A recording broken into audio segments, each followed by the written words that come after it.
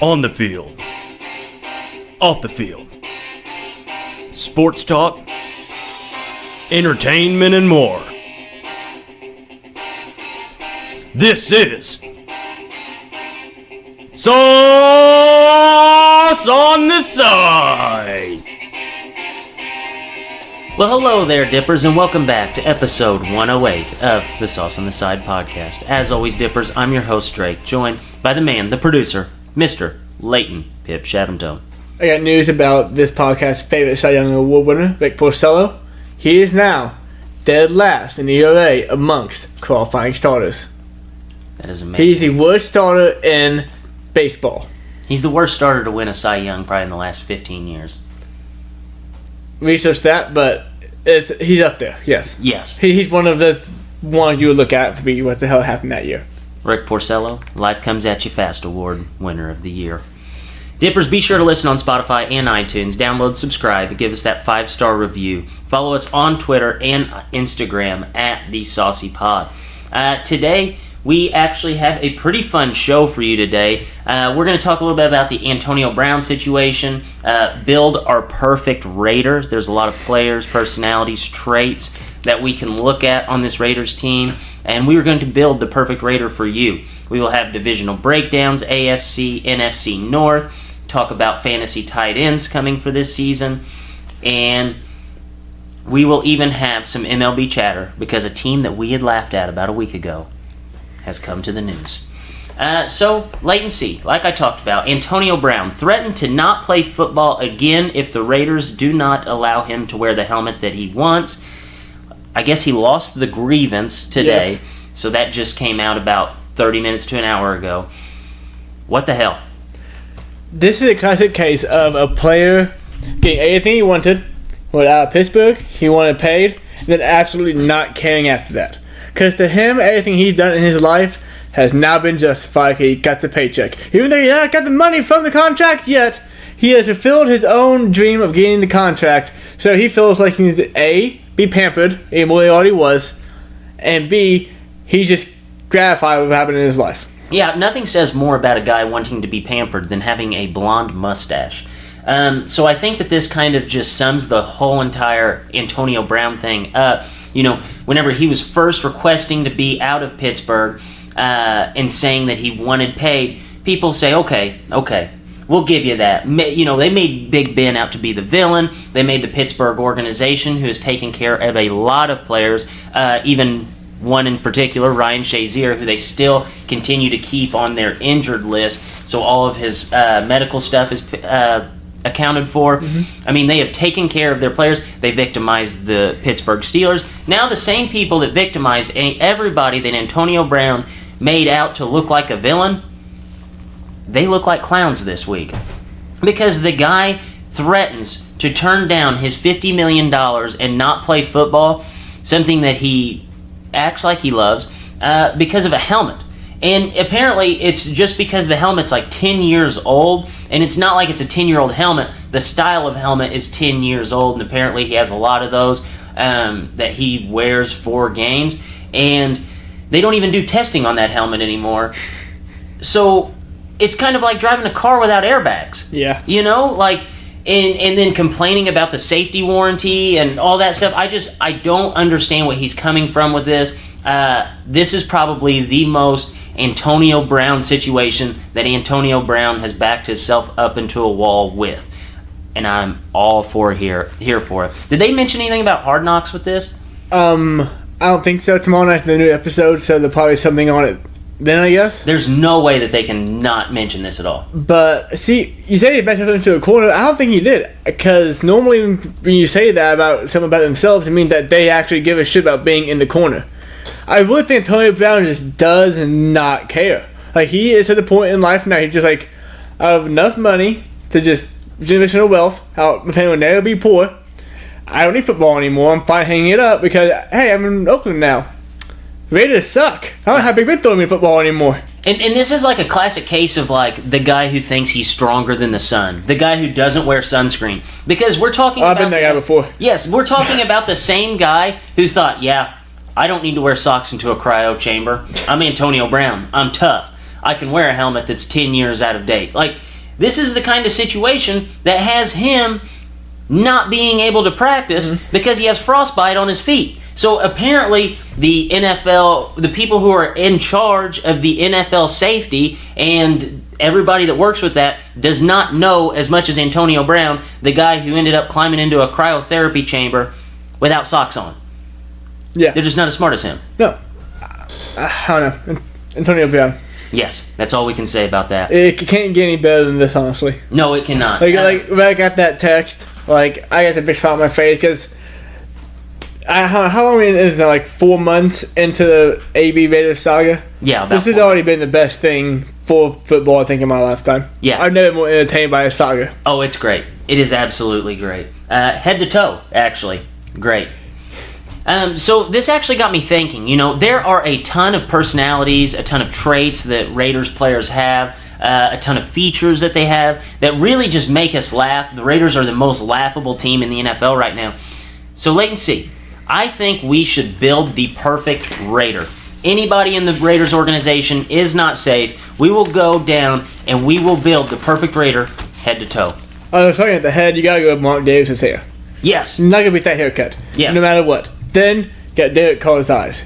He has the eyes of like an Italian beauty at sunset. I actually went and Derek Carr's mascara, eyeliner, and eyes because you have to have the full set of makeup to make the Derek Carr eyes work. I looked at a picture of him the other day. He looked like he'd be in a 2003 emo punk band.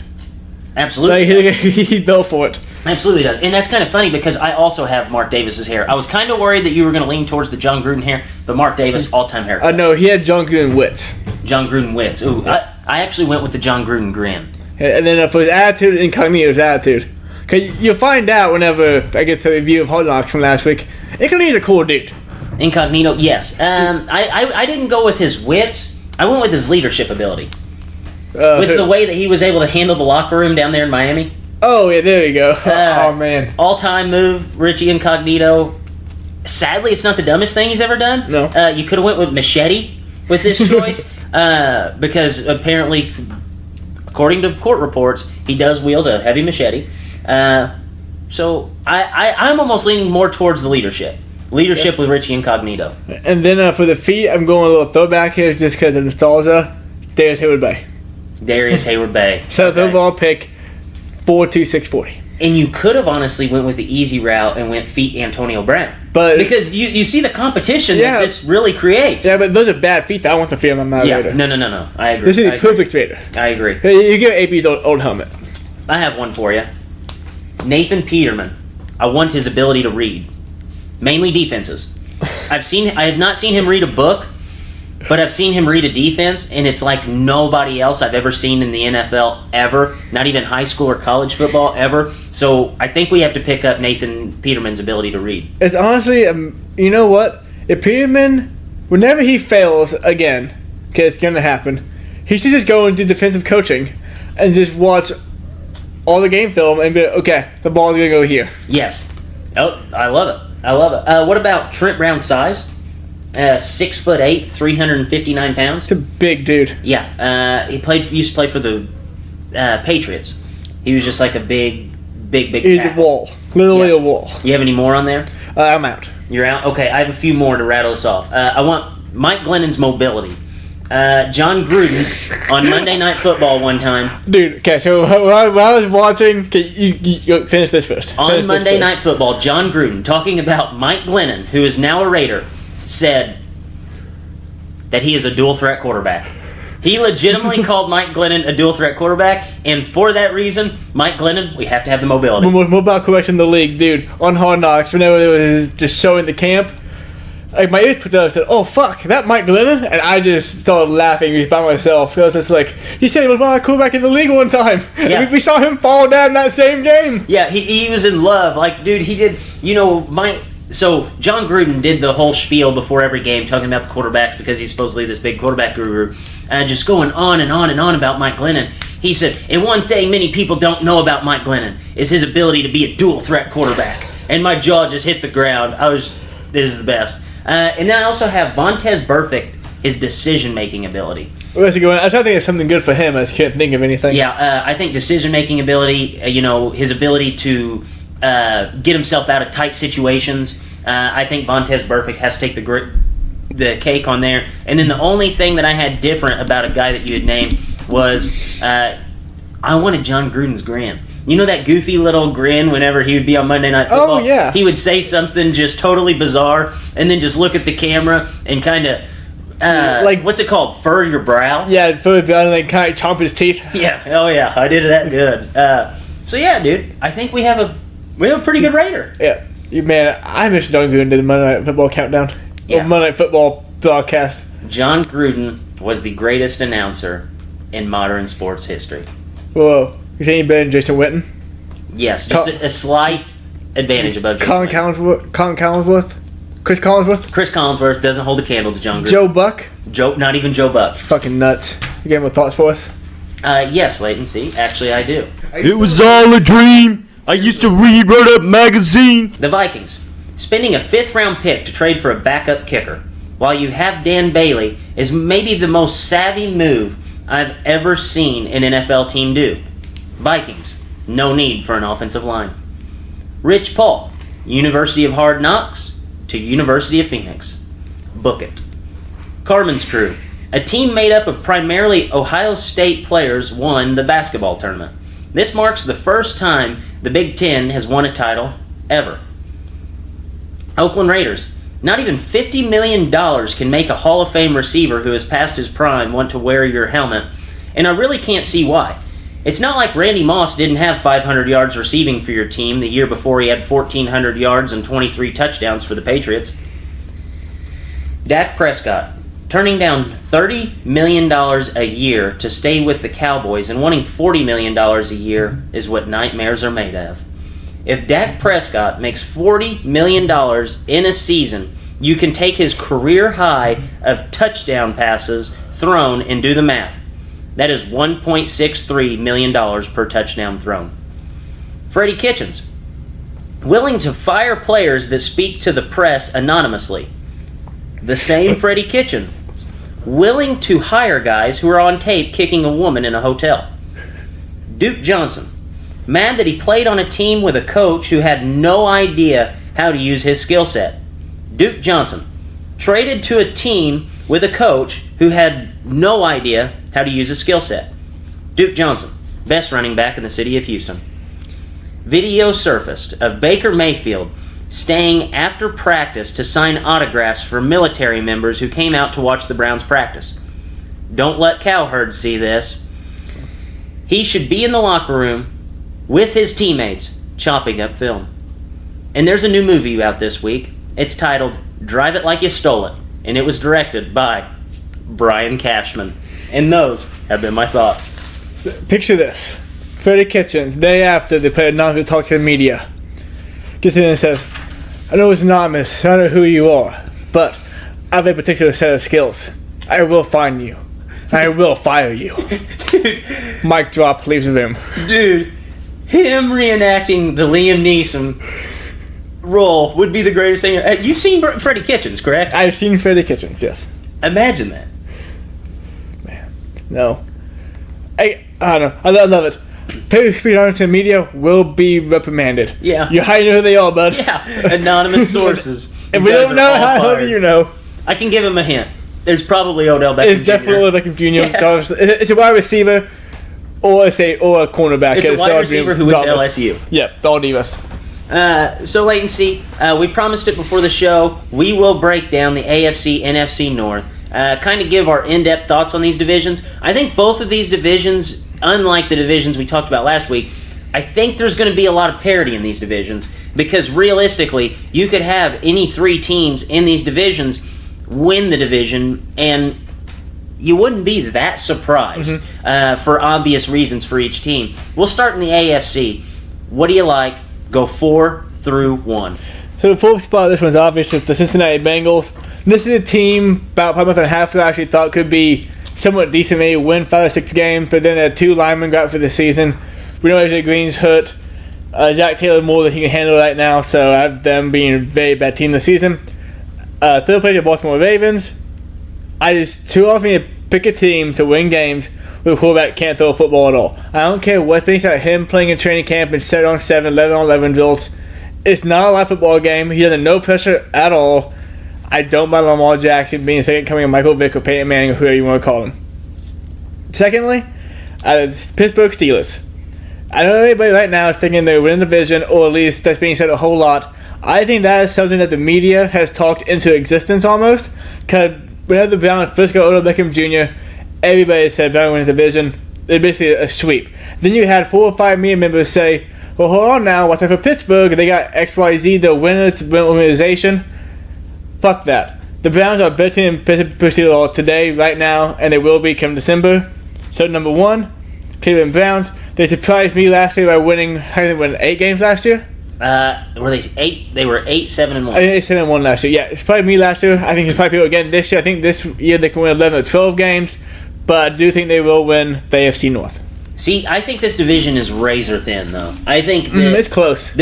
You could realistically take 4 plays out of the division, and you could have that third place team basically winning the division. Yep. I'm going to go with the Bengals. Obvious, they may win 4 games this year. Yep. They're going to be bad. No AJ Green. Basically, the injury bugs bit them early, and it's a team that really had to have a lot of things go their way just to be a 500 football team.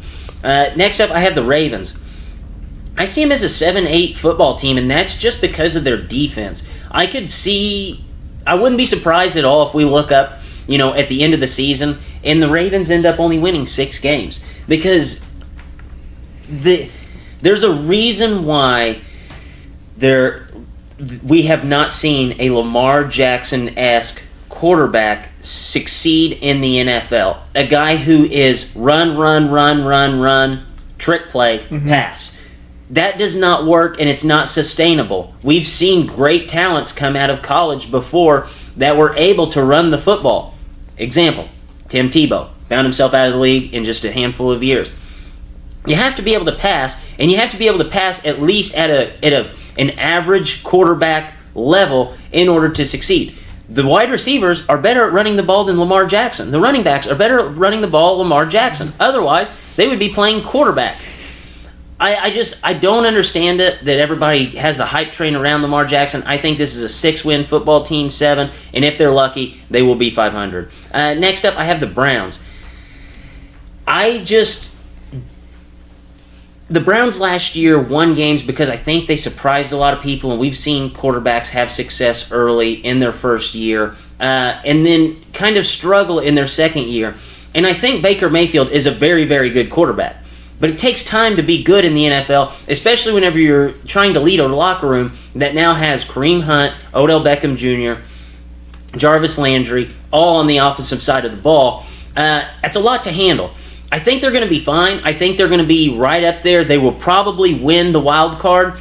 But I just have the Steelers winning this division just because last year they tailed off so bad that it wasn't even funny. And then after the season ended, it turns out that it was basically all Antonio Brown that was creating all this problem in the locker room. They lose James Conner for the last few games. Things just spiraled out of control. Otherwise, this division would have been theirs. This team is a legitimately good football team top to bottom. They have great pass rushers. They led the NFL in sacks last year.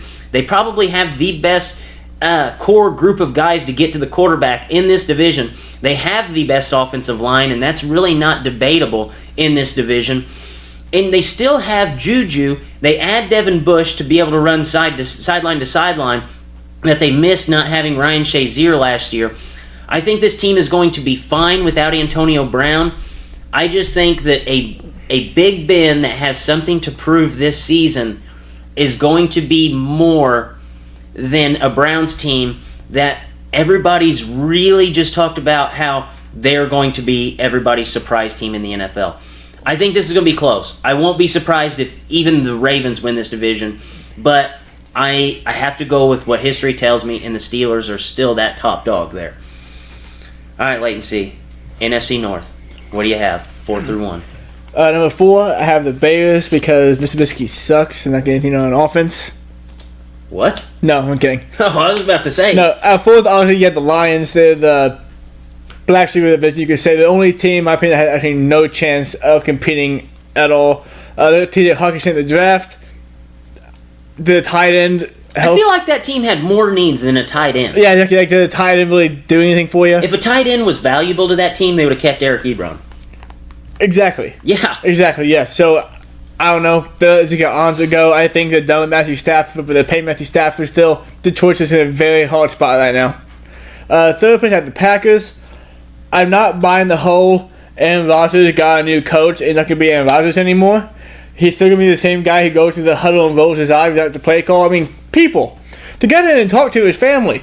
The house is burned down in California. He had nothing to help them. Do you think he gets a shit who calling the plays? Absolutely not. No. It's Aaron Rodgers. He called his own fucking plays. Yes. Have you ever seen... Go watch Aaron Rodgers' film. Find how many plays he runs around and does what the fuck he wants. Yeah, every single Aaron Rodgers play that you just like... It's basically Brett Favre. Brett Favre from 10 years ago runs around for a while, does something crazy, and it happens to work. And makes sense because Brett Favre mentored him or tried to at least, and they both have good arms, both great throw the football. But Matt LaFleur going to want to run the football. Rodgers not going to like that. So it's not going to be a good deal. Packers, if they win 6-10, I wouldn't be totally shocked. No, if they went 6-10, I wouldn't be shocked. If they go 10-6, I wouldn't be shocked. Yeah. Second place I have, this one is really close. Like both these teams, but with Minnesota Vikings. This is a team last year I think just had down year across the board. Kirk Cousins actually had good numbers stats wise. In winning time he didn't show up. He has to do that this year. I think Thielen and Diggs are good as last year. Rudolph a rebound. The defense as a whole should have to rebound because these are too talented to be a batch of what's last season. And first place are Chicago Bears. Look, I don't believe in Mitsubishi at all, but I believe in Matt Nagy. Matt Nagy's going to get guys open, put him in place. He's a great play caller. As long as you have one of those, the offense can succeed. And that defense, lost Vic Fangio, I think that will hurt at least the early part of the season. But I don't think there's any reason why the defense shouldn't be just as good as it was last year. I actually have the same exact standings. You know what the Lions are going into this year. Mm-hmm. They have a quarterback that we've seen his best football played, but they still have to pay the guy. They have good talent on that team. You have Kenny Golladay. You have Kerryon Johnson. You still have Marvin Jones Jr. You add Hawkinson. They have fine pieces, but I just don't think that those pieces are going to work well together enough to win this division or even give them a chance. Next up, I have the Packers. Leighton said it perfectly. If this guy didn't respect Mike McCarthy, who's won a Super Bowl already with Aaron Rodgers, how in the world is he going to respect Matt LaFleur, who didn't make Marcus Mariota any better than what we saw his last year in college? Next up, I have the Vikings. This team is a legitimately good team, top to bottom. The only bad part is the offensive line. People, there is a reason why Adam Thielen had 100 yards in the first 8 games of the season. It's because and he's the only guy that got open within the first 2 seconds that Kirk Cousins had the ball, and he had to throw the ball basically on fire every single time because he had somebody breathing down his neck. If you don't believe how bad this Vikings offensive line was last year, just watch the game against the Buffalo Bills. It was absolutely atrocious. Kirk Cousins is still a very good quarterback. They add some pieces to the line. Riley Reif gets a year older. The kid from NC State, the center, I think it's Bradbury. They bring him in, one of the best offensive linemen in the draft. They will be better up front, but I don't think it's going to be good enough to win the division. Next up, I have the Bears. I have an 11-12 win team. Their saving grace is that they get the Chiefs, the Chargers, the Saints, and the Cowboys all at home. And if you know anything about the Bears at home last year, outside of the playoffs, they were basically unstoppable. So I think this team could build on what they have last year. I think Mitch Trubisky is a developing quarterback who's getting better. I think this is only his 40th game starting under center after high school. That will be week 1 of the NFL season this year. So I think this team does have a lot of promise. I think there's 3 really, really good contenders in this division. One being solely because they have Aaron Rodgers, and the other 2 because they have good teams around them. So wait and see. Next up, we will talk about the tight end position. Tight end is very, very shallow this year. Very shallow. I think you pull out a condo at 3 feet, that's 15 feet deep. Then you have about 30 feet, that's 2 feet. Yes, it is. It's rough. So wait and see. Top 5 tight ends. Who do you like?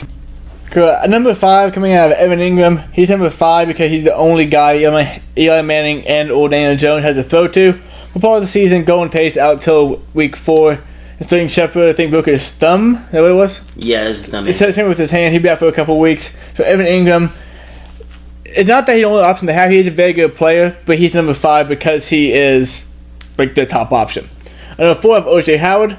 He's actually be fighting for some targets with Mike Evans and Chris Godwin, but this offense is going to throw the ball a lot because the defense is going to be really bad. And Peyton Barber, Ronald Jones Jr. Much as I love Ronald Jones Jr., doesn't affect him run the football. So if I could figure you have O.J. Howard, only he can stay healthy.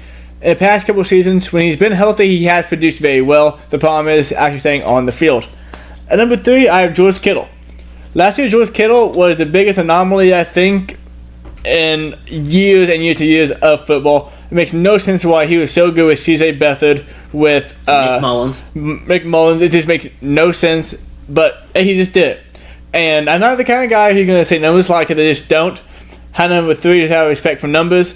That being said, I would never have him in any of my teams because he's going in the 4th or 5th round, which is way higher than I taking George Kittle. 3rd round in some drafts. 3rd round in some drafts. That's terrible. And same situation, this next guy, Zach Ertz. His problem past couple years, him being on the field and his quarterback being on the field. Those are 2 important things. When Nick Foles was starting, Zach Ertz, he had, I think, maybe a couple good games there, but he was basically a second option to Alshon Jeffrey, anybody outside. Think back again against the Bears, who they go to first time, Golden Tate and Alshon Jeffrey, not Zach Ertz. Carson Wentz is back.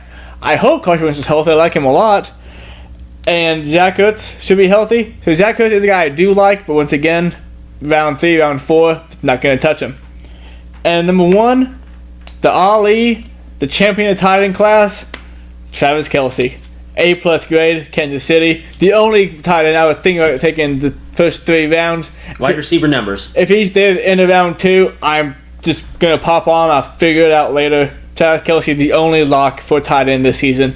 And only lock to be a number 1 tight end every week, in my opinion. Yeah, he's the only guy that I can definitively say he's going to have 1,000 yards this year. Yep. I have actually the same exact thing. Leighton stole right out of my mouth yet again. Evan Ingram at 5. You can't think about what he had last year because OBJ was there stealing touches away from him. This is basically the Evan Ingram we had 2 seasons ago where he had 64 catches, 727 yards, 6 touchdowns with no wide receivers around him. Next up, I have O.J. Howard again. This guy's a freak. He is legitimately a freak. 60 catches last year. He turned that into 11 touchdowns. And his yard per catch is unreal whenever you look at the tight end position. 16.6 yards per catch. That's like a guy who basically just runs straight goes out wide. And O.J. Howard's doing this from the tight end position. He had a 50-yard catch in each of his first 2 seasons. Next up, George Kittle. Last year, in 3.5 games, so I'm going to take the half from the Broncos game, and then 3 other separate games, he had 592 yards. That's 43% of his total yards in less than a quarter of his season. Next up, Zach Ertz. Round 5 is where I would dive into Zach Ertz. He's going in round 3. That's way too high for Zach Ertz. I think once you get 2 good wide receivers, 2 good running backs, then you can look at getting Zach Ertz. The only thing that scares me is that Gobbert had 1/4 of the amount of catches, and he only had half the amount of touchdowns. So once they get into that red zone, they throw out the 2 tight end set, and one of those guys are going to be open, and they're more than likely going to go there or Alshon. They have too many big body guys for him to post ridiculous touchdown numbers, which a lot of times is what we're chasing picking tight ends. Number 1, obviously Travis Kelce. If he's there in round 3 and you don't take him, you will be laughed at. The guy is a freak, and he's good without the football. He's good with the football. He's good in space. He can absolutely do everything. He's basically the second coming of Rob Gronkowski. I mean, he is a freak of nature, but he's not Rob Gronkowski. So Leighton C., any value tight ends that you see that we could get maybe, 10th round or somewhere down towards the bottom of the barrel that you see having value? Well, fortunately, this year with tight ends, there's a ton of value around 8, 9, 10 because the 3 guys, O.J. Howard, Evan Ingram, and then you got Eric Ebron. Eric Ebron's a guy that I do like this year. I think he'll take a step back just to the touchdowns because last year he was a bit touchdown dependent. But he's a tight end I'm thinking about 8 or 9 I'll be okay getting with. A touchdown every 5th catch last year. That's insane. Like this, crazy. Like that's like Carson Wentz's passing 2 years ago. Yeah. It was like every 7th throw, 11th throw, something like that. Every pass was a touchdown. That's a touchdown last year. That's good. But you compare him to a guy like David Njoku going later now, still could have a huge year in Cleveland. Or a guy like Greg Olsen, who is healthy and in camp right now, and Carson ended up having a humongous year. If I have a tight end, if I don't get one of the top guys, you gotta have two, because you gotta play the matchups for them. Yes, if I don't have one of these top 5 players, I am definitely going to have 2 tight ends that I just basically play for the matchup. Mm-hmm. As far as value tight ends go, I think Austin Hooper, he's going late in rounds, and he has a ton of value just because of the system that he's going to be in. Dirk Cutter is now the offensive coordinator in Atlanta, and if you know anything about Dirk Cutter, he's the guy that made you mad if you had O.J. Howard any of the last 2 seasons, because Cameron Brate was also scoring touchdowns. Mm-hmm. The guy only has touchdowns being thrown to the tight end. You look at what he did with Tony Gonzalez at age 36. Tony Gonzalez had 93 catches. At age 37, he had 83 catches. And then you look at what he did in Tampa Bay. 3 seasons ago, 8 touchdowns to the tight end. 2 seasons ago, 12 touchdowns to the tight end. And then last year, 11 touchdowns to the tight end. The guy will have touchdowns. Austin Hooper's a guy you need to be looking at. Also, Mark Andrews, last year, once they made the switch from Flacco to Lamar Jackson, basically his numbers doubled. He was catching 44 yards per game. I expect that to go up now that he has a full year under his belt, because we rarely see tight ends produce at a high level in year 1. They take the biggest jump from 1 to 2. So I think Mark Andrews is another guy that if you are sitting in the back of the draft, round 10, 9, and you need a tight end, and you're going to take 2, Mark Andrews would be a very savvy guy to take late. Leighton C., who is your favorite fantasy dark horse? This is my favorite fantasy dark horse. I have 2 actually. One's Mark Andrews, like you talked about him. Very good tight end from Baltimore. The other one, again, Darren Waller from Oakland. Oakland just lost Jared Cook. They're going to throw somebody. Antonio Brown, he's going to play football this year, I'm sure. Like, they'll get the hell thing figured out. But after Antonio Brown, there's nothing really there. I think Darren Waller at tight end could be a very good option for Derek Carr, personally, as he progresses in John Gruden's offense. One more, though, before I move on. Chris Herndon from the New York Jets. Week 5. If you need a tight end or second tight end, add this guy. He finished last season very strong. He's super athletic, very, very good pass-catching tight end.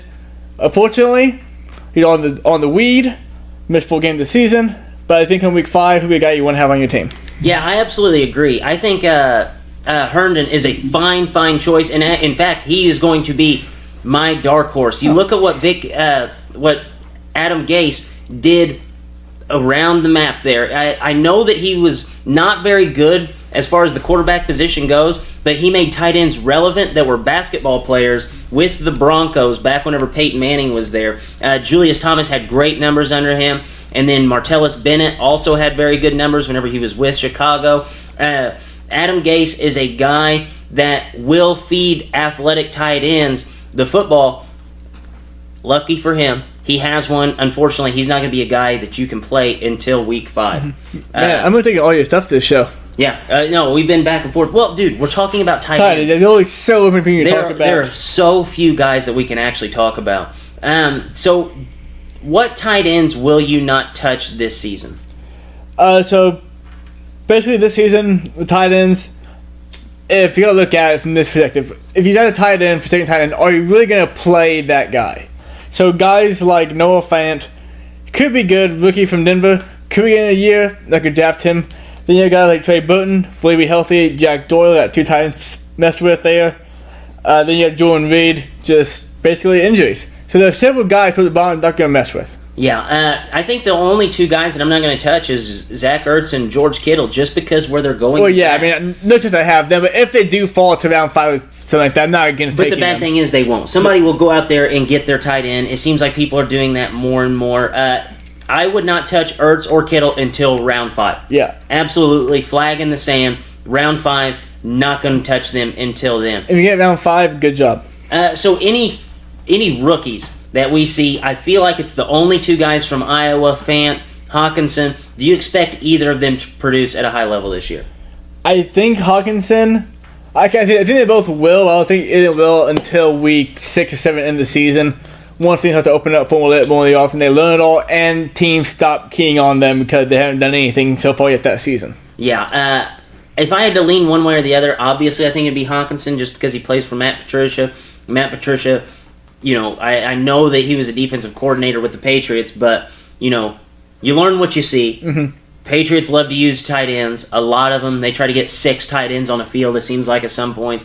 So TJ Hawkinson, the volume will be there for him being on the field. The only thing is I question Matt Stafford's ability to actually look at a check down and throw the ball to TJ Hawkinson, which Hawkinson is actually a lot more talented than just a check down guy at the tight end position. I think in 3 years we're going to be talking about how big of a stud this guy is. But right now, Matt Stafford's still the quarterback there. I have to pump the brakes on that.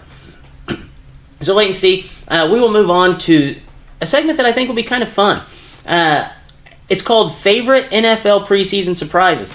So every year we have new faces and new places, guys that we get to kind of giggle about and say, oh, I had no idea he was still playing football. And we're going to talk about guys that are on new teams that we had no idea where they were or if they were even in the NFL still. So we'll go back and forth. You give me one and then I will take one. So my first guy, talked about him 2 weeks ago, maybe we can't remember, Matt Schaub. Playing for the Bengals. I didn't know he was even in the league anymore. The Falcons. Falcons, sorry. Playing for the Falcons. I didn't know he was even in the league anymore. I figured he 1,000% was out of this league by now. In the Arena Football League, getting ready for the American Football League, XFL, something. Shocking to me that he is still on somebody's roster. roster. Maybe just retired. Yeah, you thought that was Andre Johnson 11 years ago, man. Yeah. It's time to hang these things up. Yeah, he was the quarterback with Arian Foster and Andre Johnson.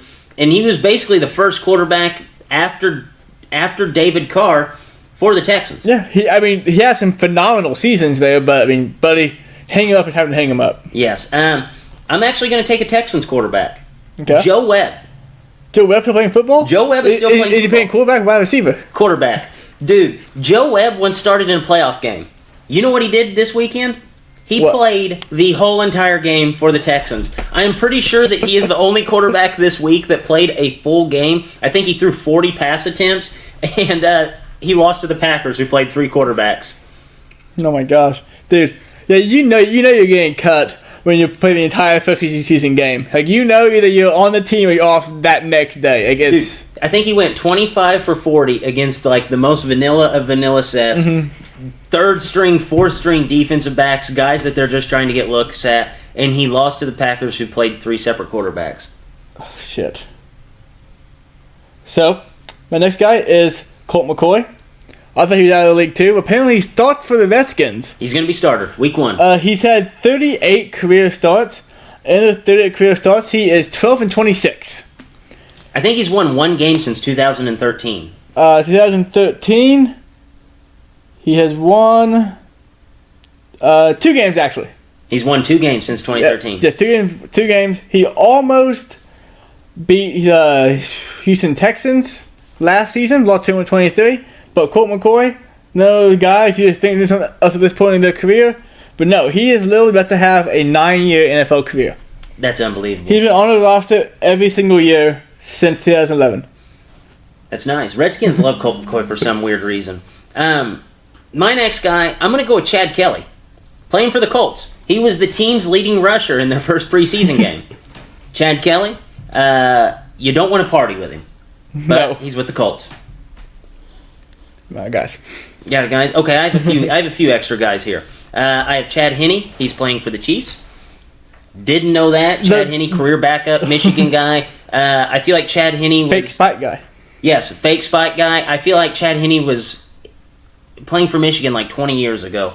I have Blaine Gabbert, who's another guy on that backup quarterback list, like Chad Henne. Blaine Gabbert plays for the Bucks.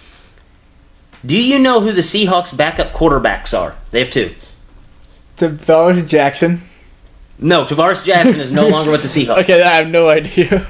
Paxton Lynch and Geno Smith. Talk about upside. It is.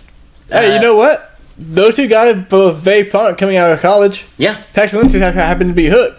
And then last one. You're actually a humongous Paxton Lynch believer. I did. I actually like Paxton He's Lynch. still up probably. He just has to be hurt, so give him a chance. No, I think that ship sailed. I think he's done. Oh.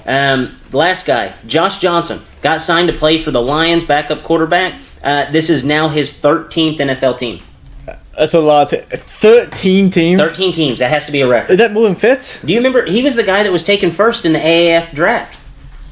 Man. Yeah. 13 teams. Fitz only played on 9. Yeah. Dude, that's laughable numbers to a guy like Josh Johnson. He's getting cut. I don't know, man. He looked decent last year for the Redskins. You played on 13 teams for a reason. That's true. That is also Yes, true. and the reason no one knows his name because he's not Ryan Fitzpatrick. Yeah. Man. Now, granted, he comes in there, has some 400-yard, 4-touchdown games in a row. People know his name. I think he actually won a game last year for the Redskins. It was like a laboring effort to do so, but I think he actually did win a game last year. So, Latency, it is time for us to play the staple of the show, darts. Pew, pew, pew, pew, pew. We're playing darts, baby. What we do each week is we throw a dart at a dartboard. That dart represents a number, and that number represents, what are we playing today? We're going back to NFL, contender or pretender. Contender or pretender. I think we're going to play that up until the NFL season starts. Yeah, unless we get very slim. Yes. But yeah, we'll get there. We'll have to be very accurate then, latency. So we'll throw the dart, talk about whether or not they are contender or pretender. And what did we do last week? I think we did 4, didn't we? We did 4, yeah. Okay, so latency, first throw. And we have a 4. A 4 is the Minnesota Vikings. Ooh, this is a good one. This is a really tough one. I think this team... Okay, so this is the definition of a pretender right here. I think this team could be a contender, but they're not going to have all the pieces going together at the same time. I feel like, watching from last year, there's too much dysfunction amongst the entire team for all of it to be fixed this year all at one time and nothing to play consistent football. To me, that is the definition of a pretender, so I'm going to go with pretender. This one's a tough one for me because they have so many pieces that I like. If you look at their defense, they legitimately have with Daniel Hunter, Anthony Barr, Everson Griffin, Xavier Rhodes, Harrison Smith. They have 5 guys that if they made the All-Pro team, any of the All-Pro teams, you would not be surprised. And then you look at the offensive side of the ball. Stephon Diggs, he's a very good wide receiver. You have Adam Thielen, who is an All-Pro wide receiver. Dalvin Cook, can he stay healthy? Kirk Cousins, he's a guy who's been to the Pro Bowl before. He's a guy that we've seen be up there with 5,000 yards. But the key to the NFL, and we've seen it year in and year out, you have to have an offensive line. Mm-hmm. You have to keep your quarterback upright.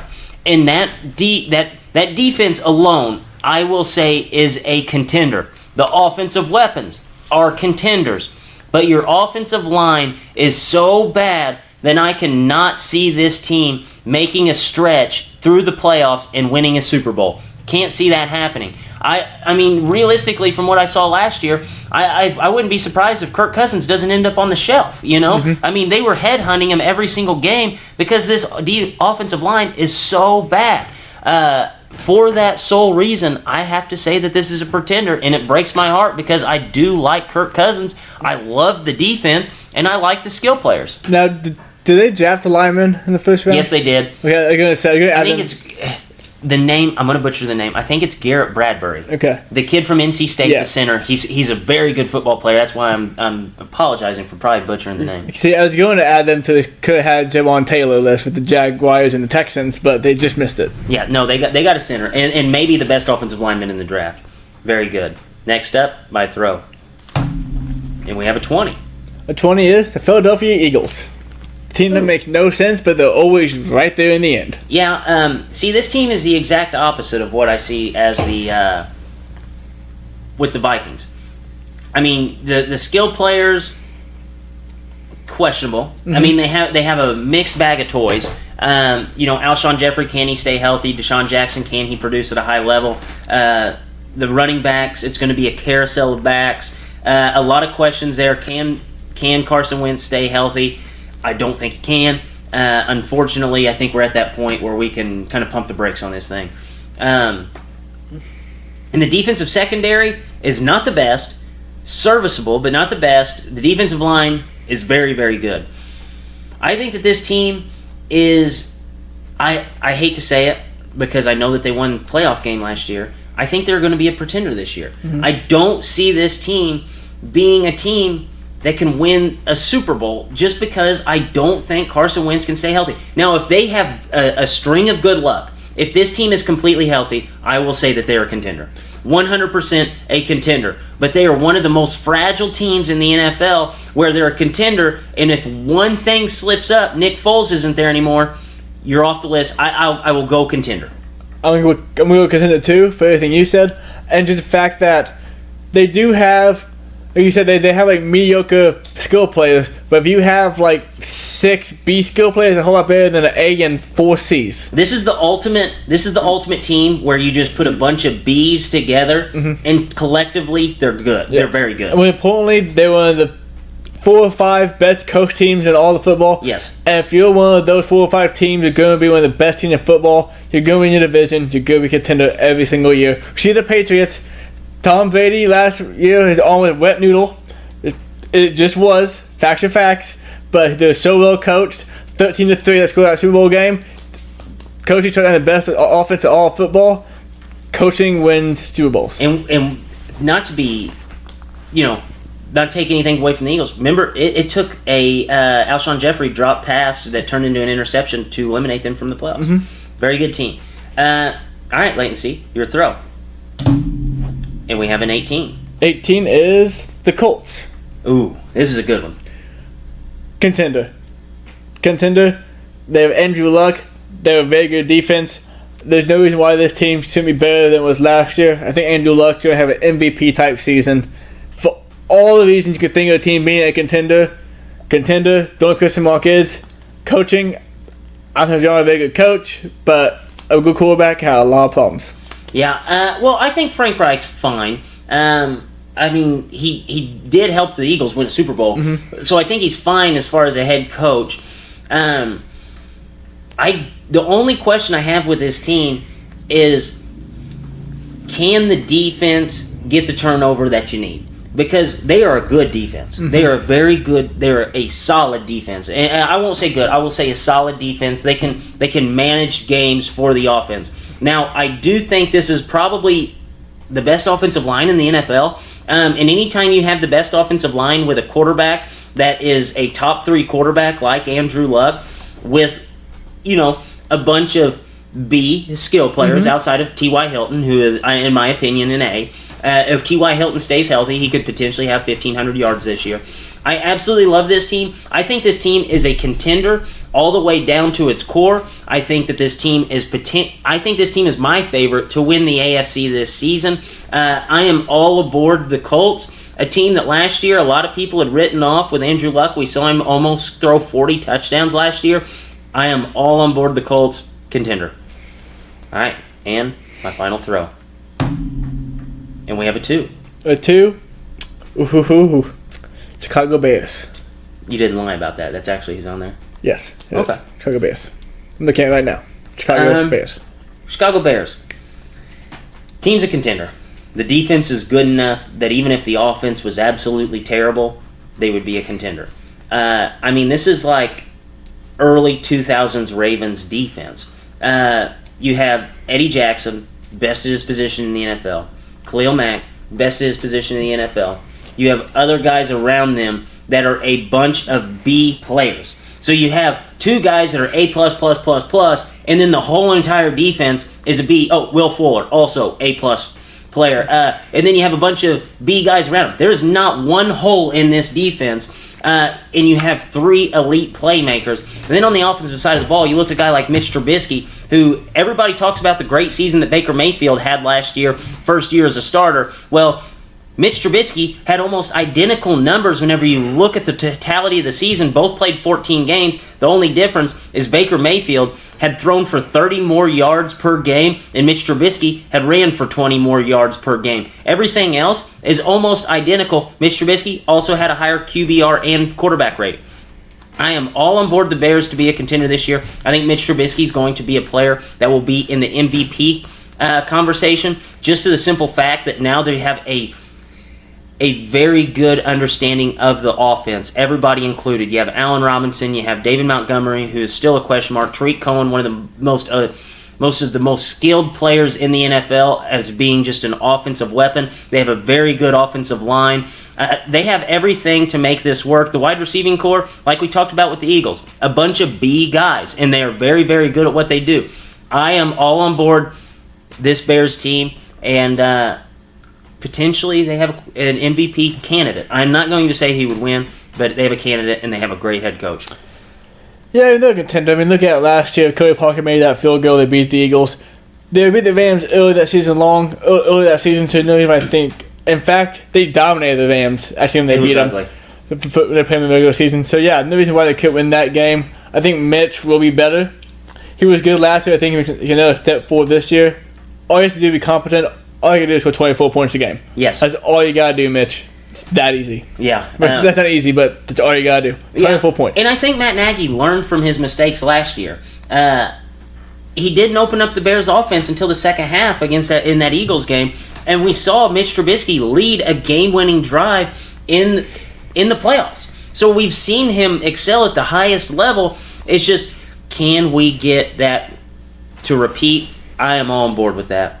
I love that. I love talking contender or pretender. It's real fun. Yeah, it's one of my favorites. We actually agree with all of them this time, which is very, very rare. So it is time to talk a little bit about the NBA. So the NBA, the league that never sleeps. We talk about this league basically every week in the offseason, probably more than we talk about it in the regular season. This week, all the good that the NBA has done, this may be a little head-scratcher. So the NBA and NCAA are implementing a rule to only allow players to sign with agents with their bachelor's degree after they come out of college. A lot of people are calling it the Rich Paul rule, trying to get Rich Paul basically railroaded from being anybody's agent in the NFL or in the NBA. Do you think this is a fair move by the NCAA? You know, so look at it this way. Let's say you have a checking account with money in it. Okay? So your talent in this case would be your money. And you want to invest your money in Roth IRA you want to put it into. And the company, like the major bank you want to invest into says, yes, these are good, you can do that. But then the checking account bank says, no, we don't like those banks, you can't do that. That's basically what they're saying here. The NBA PA is the big investing bank. NCAA, the small bank, telling them, no, the funds that you approved are not good enough because they don't have the degree that requires it. Fortunately, they retracted that today. It makes much more sense now, but yeah. They retracted the rule? Yes. Now you just have to be approved by the NBA PA. I didn't know that they retracted it. That is just like awesome. Then you know that there was that much backfire to make this thing go back. And you know, David Silver is the kind of, or Adam Silver is the kind of guy to come out and be like, "Hey guys, like this is bad." Mm-hmm. You know, like he's smart. I think we can understand that. But to do this kind of rule, it's just absolutely ignorant. Uh-huh. And I think that it's so ignorant that they realized their mistake basically as soon as they did it. Is it smart to maybe find a guy that has a bachelor's degree? Yeah. Probably. Is it smart to have a guy who's your agent, who is a legitimate agent? Yeah, probably. But if I want to hire you as my agent, mm-hmm. I should have the right to do that. You should. It's your money. It's my money. Why would you pay somebody you don't want to pay money to? Yes. It makes no sense. Yeah, we see guys all the time. Is it a rule that's probably best for the players? Absolutely. But these guys should be able to have their own ability to make their decisions. Mm-hmm. You're talking about guys that they're about to write a multi-million-dollar check for. A team is about to hand a guy a multi-million-dollar check, and you're telling him who he can hire as his agent. I feel like if you're trusting him with that kind of money, and you're going to pay him that kind of money, he should be able to make his own damn decision. Yeah. Now, the reason this rule is in place is so the kids who are about to go pro, whatever, from inner cities, don't just have some shark tell them, hey, can I get the X, Y, and Z? Just sign me up for 10% or whatever.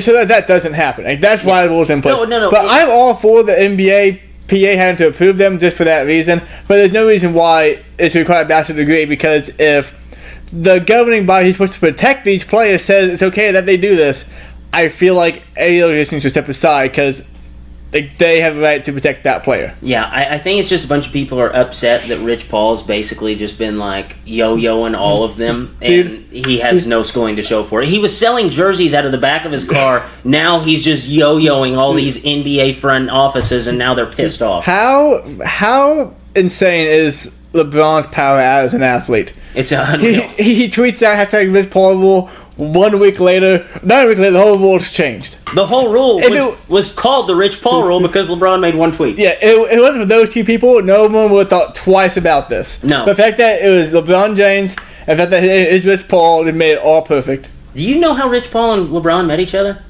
I do. Can I watch the ESPN Plus thing?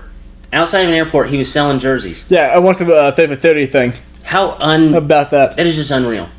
Unreal. So latency, it is time to get to the shittiest take of the week. Each week we watch a lot of sports television, listen to a lot of sports radio, and we will discuss what the shittiest take of the week is. Latency, what do you have for us today? This morning, Clay Travis sat with Antonio Brown. What? Yes. How? What? Time out, dude. He said that. You blew my mind. He said... Clay Travis is the last guy I would think that would support Antonio Brown. Wait, he wasn't supporting him per se. He's supporting...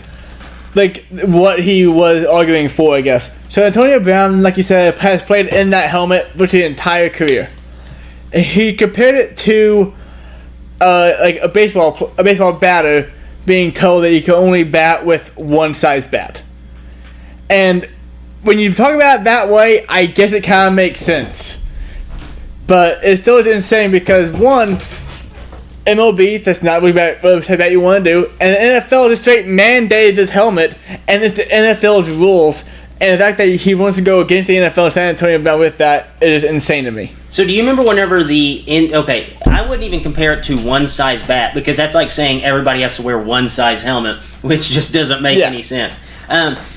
What I would more compare it to is whenever the NCAA made the bat changes. So do you remember watching any of the College World Series where the scores would be like 15 to 11? Yeah, they changed the drop of the bat. Well, it wasn't the drop of the bat, it was what the bats were made out of. So they were made out of this technology that is basically like a golf club, to whenever you hit the ball, it's going to fly 120 miles per hour off the bat. Like, they were getting exit velocities that were higher than players in the MLB just because these bats were so hot. Mm-hmm. Like, it's unreal. I can't even... If you didn't play with the old school baseball bats in Little League or anything like that, it is hard for me to explain just how fast that ball came off the bat with these things. And, like, they would hit it, and the bat would still be shaking 5 minutes later if you didn't touch it. So, I would more compare it to that, and it was the reason why they changed it wasn't because people weren't enjoying the 15 to 20 game that they just witnessed. It was for player safety. Mm-hmm. And the reason why they're changing this for the rules for the helmet is for player safety. So that is an absolute terrible take. If you're going to compare it to baseball bats and baseball, which you shouldn't do anyways, you should compare it to maybe whenever they change the bats from being so hot for player safety, which that is exactly what this is. It's not a one-size-fits-all bat which changes how you play. It's a helmet that keeps you safe. Mm-hmm. Absolutely unreal. So, my take this week is actually brought to you by Jerry Jones, the man who was the take for me last week. Last week, obviously, he talked about how he didn't need a rushing leader to win a Super Bowl, which was debunked. The 3 Super Bowls he won, he had the rushing leader. This week, he says, if we need to, we know he's capable of carrying the whole load. That is Jerry Jones talking about Tony Pollard. Okay? Are you ready for me to inform you who Tony Pollard is? I know he's a backup running back, the one he might be starting with Ezekiel Elliott.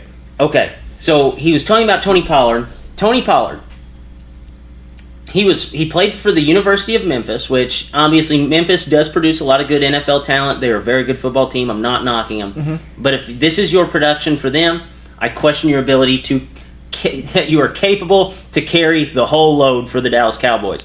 He was 4th in carries freshman and sophomore year, 3rd in carries his junior year, which was last year, behind 2 players that got 200 carries apiece. Pollard had 139 carries over 3 years and 78 carries last season. So those guys out-carried him 2-to-1. two guys that were ahead of the depth chart with him. Darrell Henderson, obviously, I think he's going to be a good NFL running back. Tony Pollard, I'm scratching my head here, wondering why you think he's going to be capable of carrying the whole load. If anything, he was the pass-catching running back for Memphis. So think about Darren Sproles at Memphis. I know he's not built like Darren Sproles, but if you're getting 78 carries, but you're leading the team in receptions, you obviously aren't an every down back. Hey, man, anything to get Ezekiel back in the building. Threatening with Tony Pollard is not going to get him back in the building. Well, who you threaten him with? They had anybody else to come back and run DMC. I mean, it's worth a try. I mean, at least if you say we have Darren McFadden, it at least rings a bell. Tony Pollard, you think, oh, wow, is he going to run for 1,000 yards in Conference USA? No, he's not even going to get 80 touches on a season, even though he's healthy. Absolutely crazy, in my opinion. So, wait and see. It is time to talk a little bit about baseball. And with this, we have to retract a statement we made. We laughed about the Mets making the Rightfully trade. so. Making the trade for Marcus Stroman. Yes. Apparently, they're playing chess. Everybody's playing checkers. They have went 15-2 in their last 17 games, and now find themselves within a game of the wild card. Wait and see. How did this happen? So, to start, we get this out of the way. Since joining the Mets in 2 starts, Stroman has a 6.1 ERA and a 3.56 batting average against. Those are Vic Porcello bad numbers. So, he's not the function at all. I think the fact that the front office told the team they believed in them and they said they play baseball. It's unbelievable what a little bit of confidence will do. And the past couple weeks, they've played a lot of games against Miami, Pittsburgh, and the White Sox, bad teams, and they're not allowing runs against the bad teams. They're scoring, not a ton of runs, but 5-4, 5-6 a game, and they've been hot, and they're taking advantage of those bad teams like good teams should do. Will this hold up? I don't think so, because down the stretch, they do play the Braves, play Washington. I think they play Philadelphia for sure. I think they play the Cubs even. So that's the stretch. It does get very, very tough. I think they'll fall back to earth. But right now, hats off to the Mets. Yeah, if you look at what this team has done and how they've won, Leighton C. just told you about Stroman's numbers, and he has a 6 ERA. Well, he's a starting pitcher, and their starting pitcher over this stretch have had a 2.7 ERA, and that is even including factoring in Stroman. So everybody for this team's been lights out. In 17 games, they've had 4 shutouts, and in 9 of those games, they've held opponents to 2 or fewer runs. This is absolutely crazy what they've been able to do over this stretch. I kind of hope that it keeps going because, a lot of teams take the foot off the gas even though they're 1 game out of the wild card and they just don't believe in their players. Well, the Mets were like 7 games back, and they showed the team that they had a little bit of confidence in them. And then we look up, now they're a game out of the wild card. I don't know if what they're doing is sustainable. In fact, I would guarantee that it's not. But I just like the Mets winning right now because more teams need to go after it. I understand it, that you might hate it as a fan's perspective, but the players, the guys who are there every day, absolutely appreciate it, and you can tell with the way that this team is playing baseball right now. Do you think that we will actually be talking about this team come playoff time? Do you think they will get in? I do not, and I think they're 1 game back at the wild card. Like I said, they do play a better team from now to the end of the season, so I do think they'll fall back to earth and just end up probably like 5-6 games out of the wild card. Yeah, they have roughly 50 games left, and they have 3 against the Dodgers, 3 against the Phillies, 3 against Washington, 9 against the Braves, and 3 against the Cubs. That's half your games against really good teams that are either going to be in the playoffs or flirting with the playoffs. So, I mean, this could help them, honestly, secure that wild card spot, getting to play a lot of teams that are going to be right there in the mix. But I just don't think that this kind of way to win is sustainable, especially in today's MLB. So Leighton C, the Indians now have tracked down the Twins, like we had called a few months ago, in the AL Central race after going 8-3 after the Trevor Bauer trade and lead the AL Central. Is this officially the Indians' division to win? Yes, I think it is. Jose Ramirez has woke up and found his power stroke at the right time. He was batting around 200 at the All-Star break. He's now got batting up to about 250, hitting a lot more home runs than he was earlier this season. That's what they needed. They traded for Reyes. They traded for Puig. Those are good, solid bats in that lineup. They lose Bauer. I think it will hurt them come playoff time. Right now in the regular season, I think this is definitely a division to win. The Twins, man, look at the schedule. They have not had a bad stretch at all this season. No. The Indians have just been hot. They've been on their ass, and I will never understand two things in my life. I know I've heard all the stuff about what happened inside the front office, but I will never get over the Red Sox firing Theo Epstein and Terry Francona. That was unbelievable. I understand what happened in the front office. We could report what happened in the front office, but man, I just can't let those two go.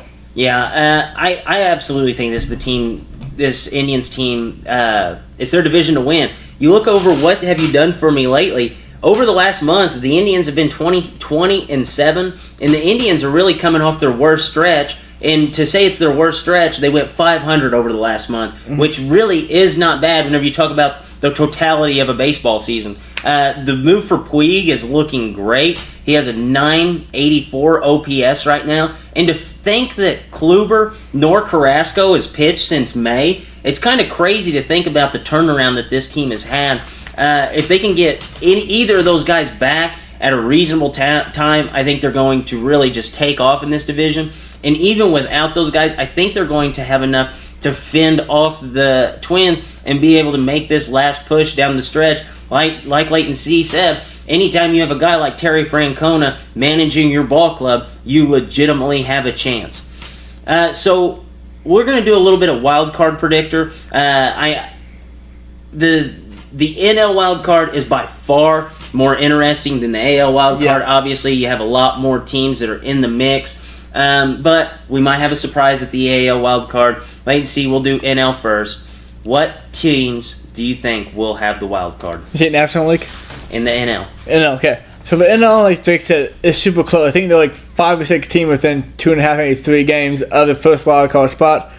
So I'm just going to go with the 2 teams I think are best on paper, because looking at the main team schedules, they're all about as tough as the next ones.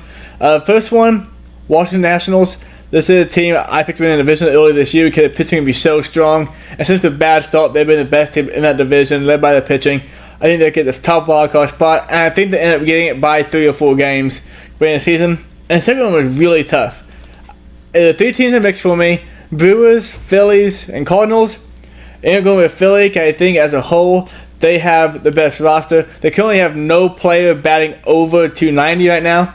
So it's not good batting wise, but like I said, it's an OPS league. There's some high OPS is on there. And I think in its totality, the Philadelphia is the best team after the Nationals in the wild card race.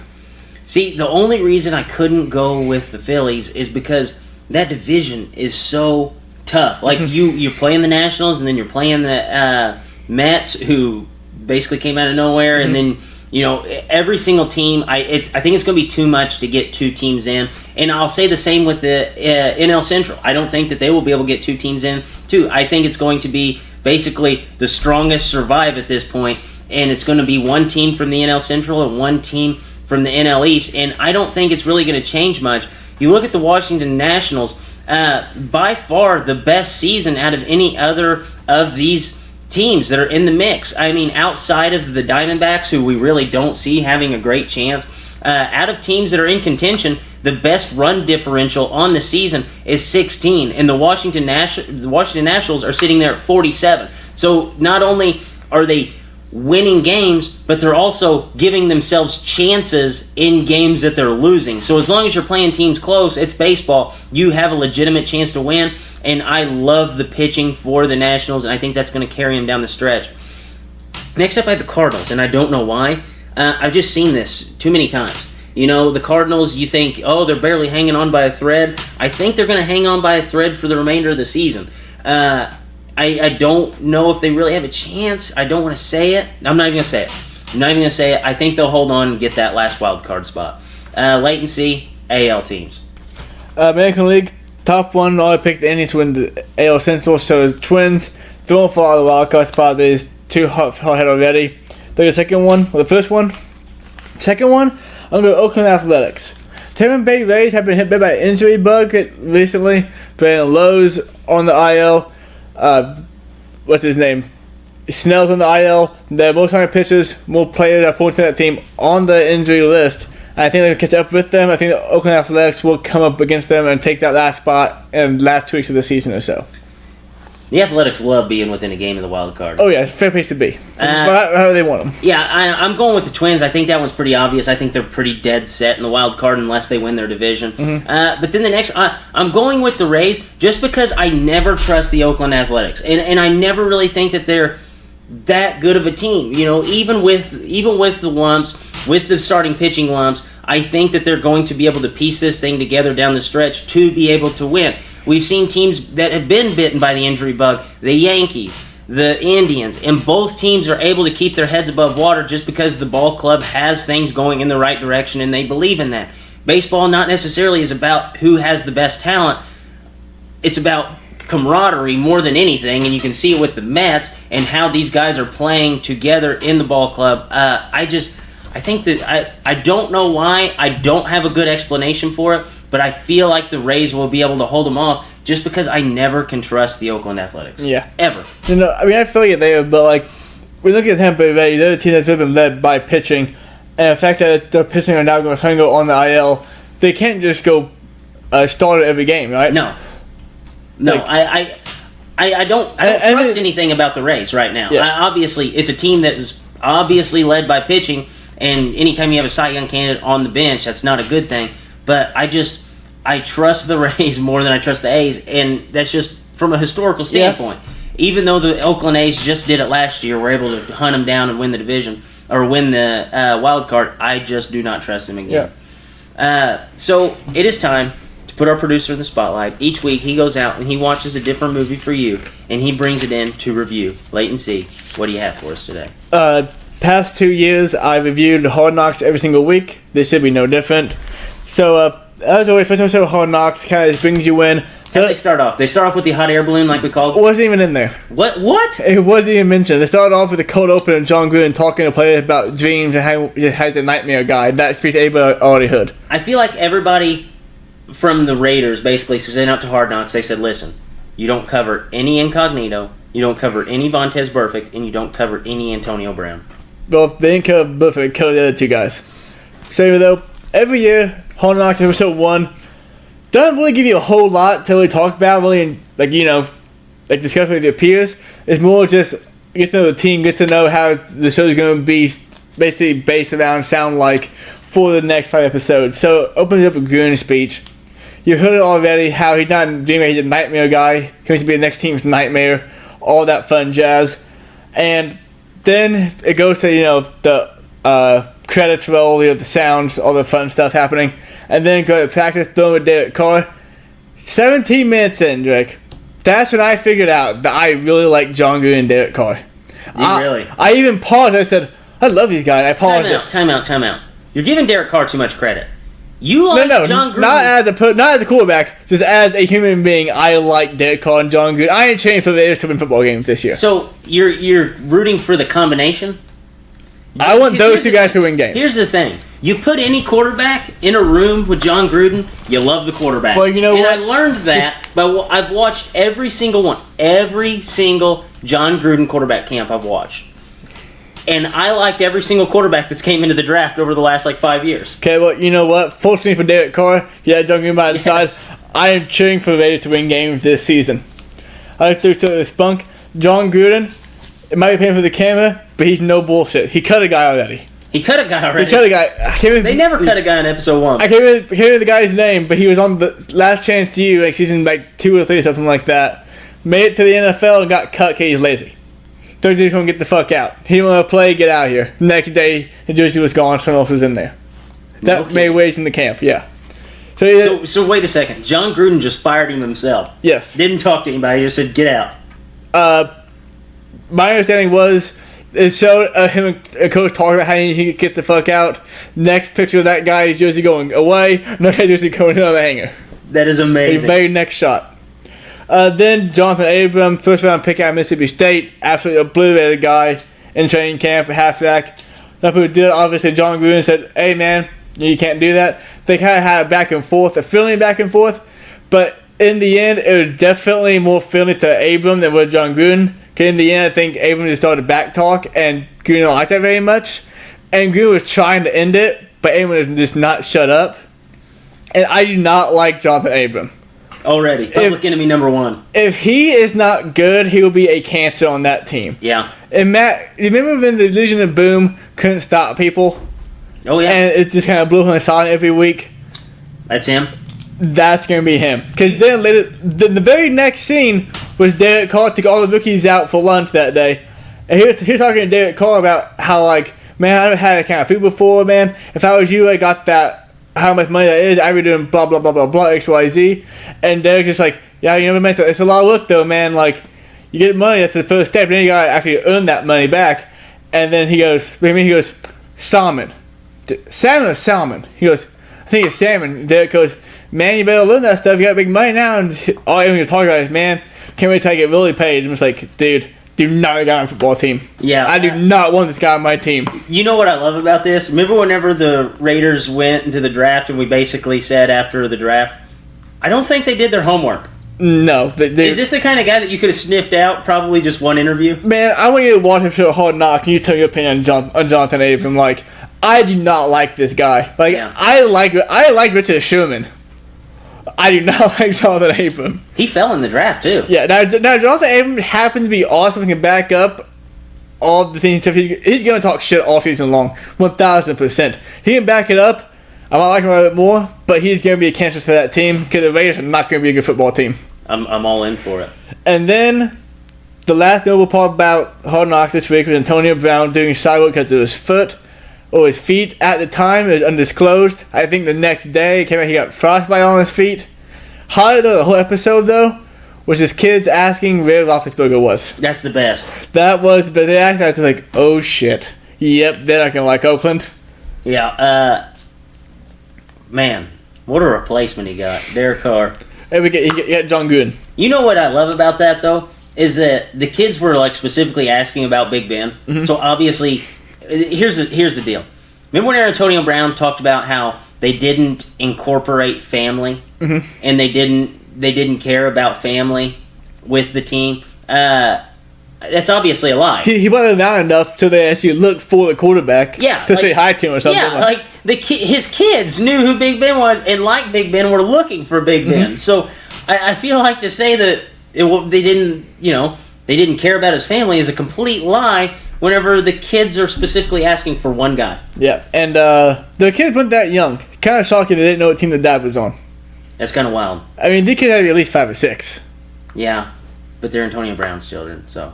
That's true. Questionable. They're probably already nuts. Yeah. We can't put that on them yet. No, they're probably trying to take out a shoe against Fisher Price because they changed something on the monster truck for that year. Did they have milk mustaches? They don't have milk mustaches. No milk involved at camp. Damn it! All right. So how many dips would you give the first Hard Knocks? I don't know. 1.6, 1.7. I felt like it was over before it started just because there's nothing really to admire, talk about. The one tomorrow night, though, I'm very excited for. Dude, you know it's going to be a bummer. This could be the biggest Hard Knocks ever that people love. We called it 2 weeks before they announced that it's the Raiders, that it should be the Raiders, but... We'll see. Yeah, it'll bum me out, I'm sure. Any bold predictions for this sports week? I'm going to guess that one team that in a wild card race just kind of falls off a cliff. I'm going to say which one, but I think one of them will just fall out of it. My bold prediction. Joe Webb, QB1 for the preseason, will not take all the snaps for Bill O'Brien next week. And the Texans will finally win their first preseason game. Quick question before we wrap this up. I just now thought of this. Preseason's about evaluating talent. Mm-hmm. And you play one quarterback the whole game. Well, they know who the starter is. Duh. But you have a quarterback who's injury prone, who got sacked 62 times in a season last year. If any team in the NFL should be evaluating quarterback talent right now, mm-hmm. it should be the Philadelphia Eagles and the Texans. The Texans, Bill O'Brien, such a mastermind, did not play any other quarterback other than Joe Webb. Well, he's finding backup now in week 2. Well, I really no quarterback played the whole game week 2. Then Deshaun Watson played like 2 series in game 3. He's a genius if he plays the whole guy week 2, but I don't think he will. Yeah. And on that note, for Drake, for Leighton C, Dippers, as always, stay saucy.